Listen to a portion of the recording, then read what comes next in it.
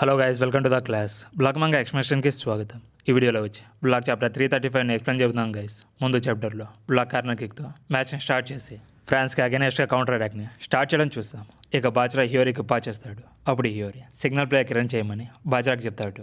ఇక హియోరీ షూట్ చేస్తూ ఉంటాడు. బట్ లోకి రెన్నీని వదిలేసి హియోరీ దగ్గరికి తన లైఫ్ స్పీడ్ని యూజ్ చేసి తన దగ్గరికి వెళ్ళిపోతాడు. అప్పుడు హియోరీ బాజ్రాకి బాల్ని పాస్ చేసి నువ్వు కొంచెం లేట్గా వచ్చావని చెప్తాడు. బట్ గోల్ కీపర్ తన గోల్ని స్టాప్ చేయడానికి రెడీగా తన ముందర ఉంటాడు. బట్ బాజ్రా గోల్ బాక్స్కి చాలా దూరంలో ఫ్రీగా ఉన్న ప్లేస్లోకి బాల్ని పాస్ చేస్తాడు. అది చూసి అందరూ షాక్ అయిపోతారు. ఇక రియో బాల్ దగ్గరికి వెళ్ళి పాస్ని తీసుకుంటూ ఉంటాడు. బట్ సడన్గా హ్యూగో వచ్చి రియోని స్టాప్ చేస్తాడు. కానీ రియో స్మైల్ చేసి ఆ పాస్ని తీసుకోకుండా వదిలేస్తాడు. అప్పుడు ఈసై వచ్చి ఆ గోల్ నాదని బాల్ కోసం వెళ్తూ ఉంటాడు. బట్ చార్లెస్ ఈస్కిని స్టాప్ చేసి ఇక్కడ బ్లూలాక్ కొత్త ప్యాటర్న్స్ని యూజ్ చేసినప్పుడు మోస్ట్ అనోయింగ్ పొజిషన్లో ఉన్న ఈసీని స్టాప్ చేయడం నా జాబ్ అని చెప్తాడు. అయినా కూడా ఈసీ తన స్ట్రాంగ్ లెగ్తో కాకుండా తన వీక్ లెగ్తో గోల్ని షూట్ చేస్తాడు. బట్ గోల్ కీపర్ ఆ గోల్ని స్టాప్ చేస్తాడు. అది చూసి బ్లాక్ ప్లేయర్స్కి నెక్స్ట్ ఏం చేయాలో అర్థం కాక అందరూ డౌన్ అయిపోతారు. బట్ ఒక కాకి మాత్రం ఎవల్యూషన్ అవ్వడం చూస్తాం. ఇక ఈ చాప్టర్ 335లో కరాచో తన ఎవల్యూషన్తో హ్యూగో చెప్పినట్టు నెంబర్ 2కి ఏం చేసి గేమ్ యొక్క మొమెంటమ్ని చేంజ్ చేసి పరేస్తాడు. ఇలా ఈ డీటెయిల్స్ అన్నింటినీ ఈ వీడియోని లాస్ట్ వరకు చూసి తెలుసుకోండి గైస్. బట్ వీడియోని ఎక్స్ప్లెయిన్ చేసే ముందు నా వీడియోని లాస్ట్ వరకు చూసి నచ్చితే లైక్ చేసి మా ఛానల్ని సబ్స్క్రైబ్ చేసుకోండి గైస్. బట్ వీడియో నచ్చలేదంటే ఏం నచ్చలేదో కామెంట్లో చెప్పండి. నెక్స్ట్ టైం బెటర్గా చెప్పడానికి ట్రై చేస్తా. ఇక లేట్ చేయకుండా వీడియోని స్టార్ట్ చేద్దాం. ఇక ఫస్ట్ పేజ్లో చూసుకుంటే గోల్ కీపర్ బాల్ని తీసుకొని బాల్ని త్రో చేస్తూ ఉంటాడు. అలాగే అక్కడ టెక్స్ట్ని చూసుకుంటే ఇక్కడ ఫ్రాన్స్ గోల్ కీపర్ ఈసీగా గోల్ని స్టాప్ చేశాడు. ఇప్పుడు ఫ్రాన్స్ కౌంటర్ అటాక్ ప్రాడజీ అయిన జూలియన్ లోకి నుంచి ఫ్రాన్స్ కౌంటర్ అటాక్ని స్టార్ట్ చేయబోతున్నారని ఉంటుంది. ఇక గోల్ కీపర్ బాల్ని త్రో చేయడం కెప్టెన్ ఐకు చూసి ఇప్పుడు ఫ్రాన్స్ కౌంటర్ అటాక్తో మనకి అగెనెస్ట్గా గోల్ చేయడానికి లాంగ్ త్రో కౌంటర్ అటాక్తో వస్తున్నారు, దానికి రెడీగా ఉండండి బ్లాక్ అని చెప్తాడు. అప్పుడు ఆర్యు మనం వాళ్ళని స్టాప్ చేయలేం, ఇప్పుడు మనం డేంజర్లో ఉన్నామని అంటాడు. అలాగే కాపీ మిషన్ రియో లోకి వస్తున్నాడు, లోకిని స్టాప్ చేయండి అని బ్లాక్ ప్లేయర్స్ అందరికీ చెప్తాడు. అప్పుడు లోకి రన్నింగ్ చేయడం చూసుకోవచ్చు. ఇక నెక్స్ట్ ప్లాన్లో చూసుకుంటే గోల్ కీపర్ బాల్ని త్రో చేస్తే లోకి తన లైట్ స్పీడ్ని యూజ్ చేసి బాల్ కోసం రన్ చేస్తూ ఉండడం చూసుకోవచ్చు. అలాగే రెన్ లోకిని స్టాప్ చేయడానికి బ్యాక్లో లోకిని చేస్తూ ఉంటాడు. అప్పుడే బెంచ్ మీద ఉన్న ఆంట్రీ అండ్ ఈగోని చూసుకోవచ్చు. అయితే ఇక్కడ ఈగో ఏం చెప్తాడని అలాగే ఫ్రాన్స్ గేమ్ గురించి ఏం ఆలోచిస్తున్నాడో తెలుసుకోవడానికి నాకు చాలా ఇంట్రెస్టింగ్గా ఉంది. ఎస్పెషల్లీ ఈగో షెడోన్ గురించి అలాగే హ్యూగో ఫిలాసఫీ గురించి ఏం ఆలోచిస్తున్నాడు నాకైతే తెలుసుకోవాలని ఉంది. అప్పుడు ఆంట్రీ ఈగో సాన్ ఫ్రాన్స్ మన ప్లాన్స్ అన్నిటిని రీడ్ చేశారు, ఇప్పుడు అవేమీ వర్క్ అవడం లేదని చాలా భయపడిపోయి గేమ్ గురించి వరి అవుతూ ఈగో వైపు చూసి నీ దగ్గర ఏమైనా ప్లాన్ ఉందా, లేదంటే సబ్స్టిట్యూషన్ అయినా చేయొచ్చు కదా అని అంటుంది. బట్ ఈగో మాత్రం ఆండ్రీ చెప్పేది ఏమీ పట్టించుకోకుండా సైలెంట్గా బెంచ్ మీద కూర్చొని మ్యాచ్ని చూస్తూ ఉంటాడు.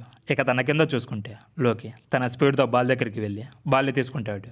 బట్ హియోరీ లోకి దగ్గరికి వచ్చి తన నుంచి బాల్ని తీసుకోవాలని చూస్తాడు. కానీ లోకి తన లైఫ్ స్పీడ్ని యూజ్ చేసి తన ముందర ఉన్న హియోరీని అలాగే ఈజీగా నుంచి ఈజీగా ఎస్కేప్ అయ్యి ముందుకు వెళ్ళిపోతాడు. బట్ ఇంకో ప్లేయర్ లోకి ముందు ఉండడం చూసుకోవచ్చు. అయితే అది ఎవరో అంత క్లియర్గా కనిపించారు. అయితే అది ఎవరో కాదు, బ్లాక్ ప్లేయర్లోనే ఫాస్టెస్ట్ ప్లేయర్ చిగిరి లోకిని చేస్తూ నా కోసం కూడా వెయిట్ చేయి యూ డీమన్ స్పీడ్ అని లోకిని క్యాచప్ చేసి తన రైట్ హ్యాండ్తో లోకిని బ్లాక్ చేస్తాడు. నేను కూడా దానికోసమే వెయిట్ చేస్తున్నా. ఈ గేమ్లో అందరూ ఒక మ్యాచ్అప్ కోసమే వెయిట్ చేస్తున్నారు, స్పీడ్ వర్సెస్ స్పీడ్. ఇక్కడ చిగిరి లోకిని హెడ్ టు హెడ్ ఫైట్ చేసి డిఫీట్ చేయగలడా? ఇక్కడ లోకిని స్టాప్ చేయడానికి చిగిరి ఒక్కడు మాత్రమే సూటబుల్. కానీ లోకి తన స్పీడ్తో చిగిరి నుంచి ఎస్కేప్ అవడానికి ట్రై చేస్తూ ఉంటాడు. అప్పుడు చిగిరి లోకితో నువ్వు అనుకునేలా నిన్ను నేను చేయనివ్వనని చెప్పి తన మనసులో లోకి ఫాస్ట్గా రన్నింగ్ చేయడం మాత్రమే కాదు తన కాంటాక్ట్ ప్లే కూడా చాలా స్ట్రాంగ్గా ఉందని అనుకుంటాడు. ఇక ఫైనల్లీ లోకి చిగిరి నుంచి ఎస్కేప్ అయ్యి ముందుకు వెళ్తూ ఉంటాడు. అప్పుడే సడన్గా ఒక లిటిల్ క్రో అదే కరాసు లోకి నుంచి బాల్ని తీసుకోవడానికి కరాసు స్లైడ్ ట్యాకిల్తో లోకి నుంచి బాల్ని స్టీల్ చేస్తాడు. అయితే లోకి అది చూసి షాక్ అయిపోతాడు. బట్ ఇక్కడ లోకి వచ్చి తన ఫుల్ పొటెన్షియల్తో గేమ్ని ఆడలేదని అనిపిస్తుంది. బట్ అందరూ అతన్ని తనకి స్పీడ్గా రన్నింగ్ చేయడం తప్ప ఇంకేమీ చేయలేడని అనుకుంటున్నారు. మీరు న్యూ ఈగోస్ట్ లీగ్లో చూసుకుంటే లారియల్ టీంలోని ప్లేయర్స్కి తనే కోచింగ్ ఇవ్వడము, స్ట్రాటజీస్, ప్లేయర్స్ ఏం లాగా ఉన్నారు ఇలా అన్నిటిని నీట్గా ఎక్స్ప్లెయిన్ చేయడం చూస్తాం. ఇక్కడ అయింది జస్ట్ 5 చాప్టర్స్ మాత్రమే. అయినా కూడా లోకి తను ఏం చేయగలడు బ్లూలాక్ ఇంకా చూపించలేదు. అయితే అది టైమే చెప్తుంది. ఇక చాప్టర్లోకి వస్తే చిగిరి లోకి నుంచి కరాసు బాల్ని తీసుకోవడం చూసి ఒక కొత్త ఎక్స్ప్రెషన్స్తో you did a good job అని అంటాడు. అప్పుడు కరాసు సీరియస్ ఫేస్తో నైస్ వన్ ప్రిన్సెస్ అని చెప్పి తన మనసులో ఇలా అనుకుంటాడు. లోకిని చిగిరి ఛాలెంజ్ చేయడం వల్లే లోకి ట్రిప్లింగ్ రిథమ్ని రీడ్ చేసి లోకి నుంచి బాల్ని లాస్ట్ సెకండ్లో స్టీల్ చేశాను. దానికి నేను చిగిరికే థ్యాంక్స్ చెప్పాలి. చిగిరి లోకిని ఛాలెంజ్ చేయకపోయి ఉంటే నేను లోకి నుంచి బాల్ని స్టీల్ చేసేవాడినే కాదు. సరేలే అయిపోయింది అయితే అయిపోయింది, కానీ ఇప్పుడు నా నెక్స్ట్ మూవ్ ఏంటి, ఎలా గోల్ని స్కోర్ చేయాలి? ఇప్పుడు ఈఎస్ఐకి రిలేట్ అయిన అన్ని మూవ్స్ వర్క్ అవడం లేదని అజ్యూమ్ చేసుకోవాలని చెప్పి ప్లేయర్స్ యొక్క పొజిషన్స్ని ఫీల్డ్ని కరాసు అనలైజ్ చేస్తూ ఉంటాడు. అయితే చార్లెస్ కమాన్ ట్రై చేసి చూడు, మీరు ఏం చేయలేరు బ్లాక్ అని స్మైల్ చేస్తాడు. అలాగే హ్యూగో ఫీల్డ్ని అనలైజ్ చేస్తూ ఉంటాడు. నాకు తెలిసి ఇక్కడ హ్యూగో కరాస్ అండ్ ఈసీకి కాంబినేషన్ మూవ్స్ని అనలైజ్ చేస్తూ ఉంటాడు. బట్ కరాస్ ఒకవేళ బ్లూ లాక్ ఇలానే ఉంటే ఫ్రాన్స్ బ్లూ లాక్ మూవ్స్ని మళ్ళీ రీడ్ చేసి బ్లూ లాక్ని స్లోగా క్రచ్ చేస్తుంది. అలా జరగకూడదంటే నేను ఏదో ఒకటి జరిగేలా చూడాలని బాల్ని తీసుకొని ముందుకు వెళ్తూ ఉంటాడు. అలాగే తన క్రో ఆరా కరాస్ వెనక నుండి స్పీడ్గా దూసుకుని వస్తూ ఉండడం చూసుకోవచ్చు. అలాగే హ్యూగో నీ ప్లేస్ని తెలుసుకొని నీ పేట్ని యాక్సెప్ట్ చేయని హ్యూగో ఈసీకి చెప్పిన ఫ్లాష్ బ్యాక్ని చూపిస్తారు. ఇక కట్ చేస్తే ఈసీకి చాలా ఫోకస్తో ఫీల్డ్ మొత్తాన్ని రీడ్ చేస్తూ ఉంటాడు. అలాగే ఫ్రస్ట్రేషన్తో చీదినమ్మ ఇక్కడ నేను గోల్ని స్కోర్ చేయాలంటే నా స్కిల్స్ సరిపోవు. ఇక్కడ హ్యూగో చెప్పింది నిజమే. నేను నా ఓన్ గోల్ కోసం కాకుండా నేను నా రోల్లో నెంబర్ 2 పొజిషన్లో ఉండి టీంని గెలిచేలా చేస్తే టీం ఎవాల్వ్ అవ్వచ్చు. ఇక్కడ వరల్డ్ ఛాంపియన్స్ అయిన ఫ్రాన్స్ని డిఫీట్ చేయాలంటే అదే బెస్ట్ ఆన్సర్ అయి ఉండొచ్చు. కానీ బ్లాక్ అంటే అది కాదని ఈసీకి ముందుకు రన్ చేసి నాకు బాల్ని పాచే క్రో అని తన మనసులో నేను వరుసలోనే బెస్ట్ స్ట్రైకర్ అవ్వాలంటే ఈ ఈగోని మాత్రమే అస్సలు వదిలిపెట్టకూడదని అనుకుని నా దగ్గర ఏం ప్లాన్ లేకపోవచ్చు కానీ ఏదో ఒకటి ఫైండ్ అవుట్ చేస్తా బాల్ని పాచేయని అంటాడు. అప్పుడు కరాసు యూ ఈడియట్ మనం అందరం ఉన్న ఆపోనెంట్ని విల్ పవర్తో డిఫీట్ చేయలేం. వాళ్ళు మనకన్నా చాలా ముందులో హోల్ అన్నదారి లెవెల్లో ఉన్నారని ఒకవేళ మేము ముందులాగే ఇప్పుడు కూడా నీ మీదే డిపెండ్ అయి ఉంటే బ్లాక్ ఇక్కడే ఇప్పుడే డెష్ అయిపోతుంది. ఇక్కడ ఏదో ఒకటి చేంజ్ అవ్వాలి. అయితే అది నేనే ఎందుకు కాకూడదు నేను ఇప్పుడే ఇక్కడే చేంజ్ అవుతానంటాడు. ఇక నెక్స్ట్ డబుల్ పేజ్లో ఎవరైనా న్యూ కరాస్ని చూసుకోవచ్చు. ఇక్కడ క్రో ఆరాతో తన రైట్ లెగ్ని క్లాస్గా అలాగే తన లెఫ్ట్ లెగ్ని వింగ్స్గా ట్రాన్స్ఫర్మేషన్ అవుతాయి. ఇది చూస్తుంటే నాకు గోజ్ బౌన్స్ వస్తున్నాయి గైస్. బాడీ మొత్తం షివరింగ్ అవుతుంది. ఈ ట్రాన్స్ఫర్మేషన్ వచ్చి బ్లాక్లోనే టాప్లో ఉండిపోతుంది. ఇక కరాసు బ్లాక్ టీం కోసం నేను ఈ టీంకి నెంబర్ 2 అవుతాను. కరాసు క్విక్ డాష్ని యూజ్ చేసి బ్యాట్ నుంచి ఎస్కేప్ అయ్యి గోల్ బాక్స్లోకి వెళ్ళిపోతాడు. అది హ్యూగో చేసి షాక్ అయిపోతాడు. అలాగే చార్లెస్ నుంచి కూడా కరాసు ఈజీగా ఎస్కేప్ అయిపోతాడు. అది ఈజీగా చూసి ఇక్కడ కరాసు నా మూమెంట్స్ని అలాగే నన్ను ఒక డేకాయ్గా యూజ్ చేసుకొని చార్లెస్ నుంచి ఎస్కేప్ అయిపోయాడని నోరెల్లో పెట్టుకొని పెద్దగా తెరిచి షాక్ అయిపోయి అలా చూస్తూ ఇక్కడ కరాసు తన ఓన్గా గోల్ని స్కోర్ చేయడం కోసం బాల్ని తీసుకెళ్ళడానికి ప్లాన్ చేశాడా అని వెయిట్ చేయ కరాసు ఆ ప్యాటర్న్ని మనం ప్రాక్టీస్ చేయలేదని చెప్పి అసలు ఇక్కడ కరాసు ఏం చేస్తున్నాడని అనుకుంటాడు.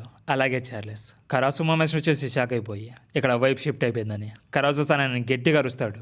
అలాగే ఫ్రాన్స్ గోల్ కీపర్ వాళ్ళ టీంతో ఇలా అంటాడు. ఇక్కడ బ్లూ లాక్ మళ్ళీ గోల్ చేయడానికి వస్తుంది చూసుకోవడానికి చెప్తాడు. అప్పుడు కరాసు వచ్చి నేను గోల్ చేస్తానని అనుకుంటున్నారా యూ ఈడియట్స్ అని స్ట్రైకర్గా నీ కాన్షియస్ని ఏరిచి అలాగే అవసరం లేని ఇన్ఫర్మేషన్ని కంప్లీట్గా రిమూవ్ చేసి పారి నన్ను నేను నెంబర్ 2గా యూజ్ చేసుకొని ఒక కొత్త డిజైన్ని క్రియేట్ చేస్తా అని కరాసు తన బ్లాక్అవుట్ అయిస్తూ ఫీల్డ్ని స్కాన్ చేస్తూ ఉంటాడు. ఆ ప్రాసెస్లో తన క్రో ఫెదర్స్ ఫీల్డ్ మొత్తం స్ప్రెడ్ అవుతూ ఉండడం చూసుకోవచ్చు. ఇక కరాసు బాల్ని ఎవరికి పాస్ చేయాలని ప్లేయర్స్ అందరినీ ఒకసారి చూస్తూ ఉంటాడు. బట్ బాల్ని ఎక్కడికి పాస్ చేయాలో కరాసుకి అర్థం కాదు. బట్ ఈసీగా అక్కడ ఉండడం చూసి నాట్ దేర్ అని అంటాడు. అలాగే చీరీని చూస్తాడు. కానీ అతన్ని ఫ్రాన్స్ టీంలోని ఫాస్టెస్ట్ ప్లేయర్ చీరీని బ్లాక్ చేసి ఉండడం చూసి అది కూడా వర్కౌట్ అవ్వదు. అలాగే రిన్ను చూసి యూడా మ్యాచ్ అది కూడా వర్క్ అవ్వదు. ఇక్కడ రిన్నుని హ్యూగో బ్లాక్ చేసి ఉన్నాడు. తను ఎక్కడైతే ఉన్నాడో అదే మోస్ట్ డేంజరస్ ప్లేస్ అని అనుకొని రిన్కు కూడా పాస్ చేయకుండా ఇప్పుడున్న కరెంట్ డిజైన్ ఎందుకు పనికిరాదు దాన్ని కూడా రిమూవ్ చేసి పారేసాయి. మళ్ళీ ఇంకో కొత్త డిజైన్ని క్రియేట్ చేయి ఇప్పుడున్న కరెంట్ సిచ్యువేషన్లో గోల్ చేయడానికి మనకున్న ఒకే ఒక సూటబుల్ ఆప్షన్ ఇదే అని కరాసు తన క్రో హ్యాండ్ని పుల్ చేసి తన హ్యాండ్ స్ట్రాటజీని యూజ్ చేసి బ్యాట్ కరాసుని ట్యాకిల్ చేయకుండా ఉండడం కోసము తన హ్యాండ్తో బ్యాట్ని బ్లాక్ చేసి పిన్ పాయింట్ పాస్ని సక్సెస్ఫుల్గా కంప్లీట్ చేసి నా స్ట్రైకర్ వచ్చి నువ్వేనంటాడు. ఇక ఆ బాల్ వచ్చి రిన్ని హ్యూగోని అలాగే బాజ్రాని తట్టుకొని కరెక్ట్గా హ్యూగో దగ్గర ల్యాండ్ అవుతుంది. అప్పుడు Karasu let's go you super sadist అని అంటాడు. దానికి Hyuri fine we're stuck with each other అని అంటాడు. ఇక కరాసు అండ్ హ్యూరీ వాళ్ళ ఇద్దరి కాంబినేషన్ మూవ్స్తో ఫ్రాన్స్కి అగెనెస్ట్గా గోల్ చేస్తారా లేదా ఫ్రాన్స్ జపాన్ని మళ్ళీ స్టాప్ చేస్తుందా అని నెక్స్ట్ చాప్టర్లో చూద్దాం. సో నెక్స్ట్ చాప్టర్ అయితే మామూలుగా ఉండదు. అలాగే ఈ వీడియోని ఎవరైతే లాస్ట్ వరకు చూసారో వాళ్ళందరికీ థ్యాంక్ యూ గైస్. ఇక నెక్స్ట్ వీడియోతో మళ్ళీ కలుద్దాం. అంతవరకు సెలవు తీసుకుంటూ మీ యానిమే రివ్యూస్ తెలుగు.